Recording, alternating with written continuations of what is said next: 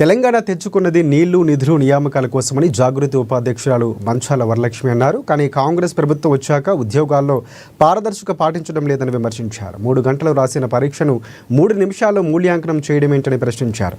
ఇక గ్రూప్ 1 పరీక్ష మళ్లీ నిర్వహించేదాకా జాగృతి పోరాటం ఆగదంటున్న జాగృతి వైస్ ప్రెసిడెంట్ వరలక్ష్మితో మా ప్రతినిధి భవిత ఫేస్ టు ఫేస్. ప్రస్తుతం మనతో పాటు ఉన్నారు జాగృతి ఉపాధ్యక్షురాలు వరలక్ష్మి గారు. చెప్పండి, ఇప్పటికే కాంగ్రెస్ గవర్నమెంట్ పూర్తి స్థాయిలో చెప్తుంది TGPS ని ప్రక్షాళన చేసినాము, పారదర్శకంగానే ఎగ్జామ్ కండక్ట్ చేస్తాము. కానీ ప్రతిపక్షాలు కావచ్చు, వివిధ పార్టీల వాళ్ళు ఎక్కడ కాంగ్రెస్ కి పేరు వస్తుందో అని చెప్పేసి వాళ్ళు ఇలాంటి అంటే గ్రూప్ 1 యథావిధిగా కొనసాగకుండా కావాలని చెప్పేసి లిటిగేషన్ పెడుతున్నారు అని చెప్పేసి కాంగ్రెస్ ప్రభుత్వం ఆరోపిస్తుంది. ఎట్లా చూస్తారు మీరు? ఇప్పుడు వాళ్ళు ప్రభుత్వంలో ఉన్నారు కాబట్టి వాళ్ళు ఏమనుకుంటారంటే, మైక్ ముందు ఇప్పుడు మీలాగా ప్రెస్ మీట్ పెట్టినప్పుడు కొద్ది మందే కనబడతారు, అబద్ధం చెప్పినా కూడా అది నిజమే అవుతుంది, ప్రభుత్వంలో ఉన్నాం కాబట్టి అది నిజమే అవుతుంది అనే తీరుగా పోతున్నారు. కాంగ్రెస్ అనే దానికి మంచి పేరే ఉంది, కానీ వీళ్ళు దాన్ని స్కామ్ గ్రెస్ అనే విధంగా తీసుకొచ్చేటువంటి నేపథ్యం కొనసాగుతుంది.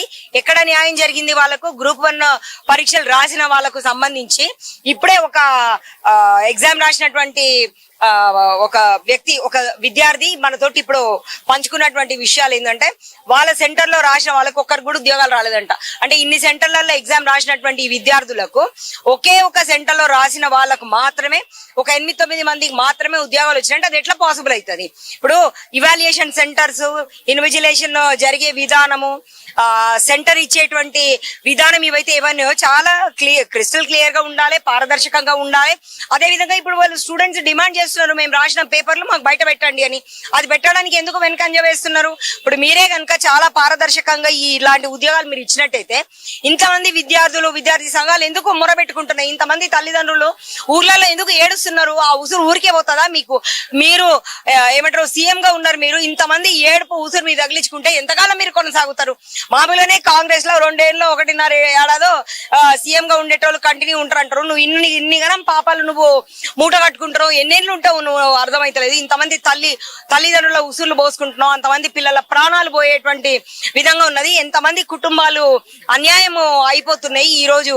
అందుకే మీరు జరిపినటువంటి ఈ ఎగ్జామ్ ఏదైతే ఉన్నదో, ఏ రూల్ ప్రకారంగా అయితే మీరు 29 జీవో ఏదైతే మీరు అమలు పరచాలనుకుంటున్నారో దాన్ని రద్దు చేయండి. పారదర్శకంగా మళ్ళా ఒకసారి ఎగ్జామ్ పెట్టండి. వాళ్ళకు పారదర్శకంగా వాళ్ళను ముందుకు తీసుకెళ్లేటువంటి విద్యార్థుల భవిష్యత్తే మన తెలంగాణ. ఇది నీళ్లు నిధులు నియామకాలు అనేటువంటి 3 విధానాలు తీసుకొని తెచ్చుకున్న తెలంగాణలో ఒక్కొక్కటిగా నువ్వు తుంగల దొక్కుకుంటా ముందుకు పోతున్నావు అనుకుంటున్నావు. ఇది నీకు అస్సలు మంచిది కాదు. అదే విధంగా సైడ్ లో నీకుండేటువంటి మంత్రివర్గం కావచ్చు, నీకుండేటువంటి IAS క్యాడర్ కావచ్చు, వాళ్ళన్నా నీకు ఇంత బుద్ధి చెప్పే విధంగా, నీ కళ్ళు తెరిపించే విధంగా వాళ్ళు నీకు అడ్వైజ్ ఇవ్వాలని కోరుకుంటున్నాము. సెంటర్ కి సంబంధించి ఒక పరీక్షా కేంద్రాన్ని పెంచారు. ఎందుకు మొదట ఇచ్చినటువంటి పరీక్షా కేంద్రాలు కాకుండా ఒక ఏదైతే మీరు ఆరోపిస్తున్నారో కేవలము ఎవరైతే హ్యాండిక్యాప్లు ఉంటారో ఫిజికల్ హ్యాండిక్యాప్లకు సంబంధించి ఒక సెంటర్ ని మేము ఎక్స్ట్రా పెట్టాల్సి వచ్చింది. ఎందుకంటే కొన్ని సెంటర్స్ చాలా ఎత్తు మీద ఉండడంతోనే ఇలాంటి నిర్ణయం తీసుకోవాల్సిందని వాళ్ళు క్లియర్ గా చెప్తున్నారు. దీని ఎట్లా చూస్తారు?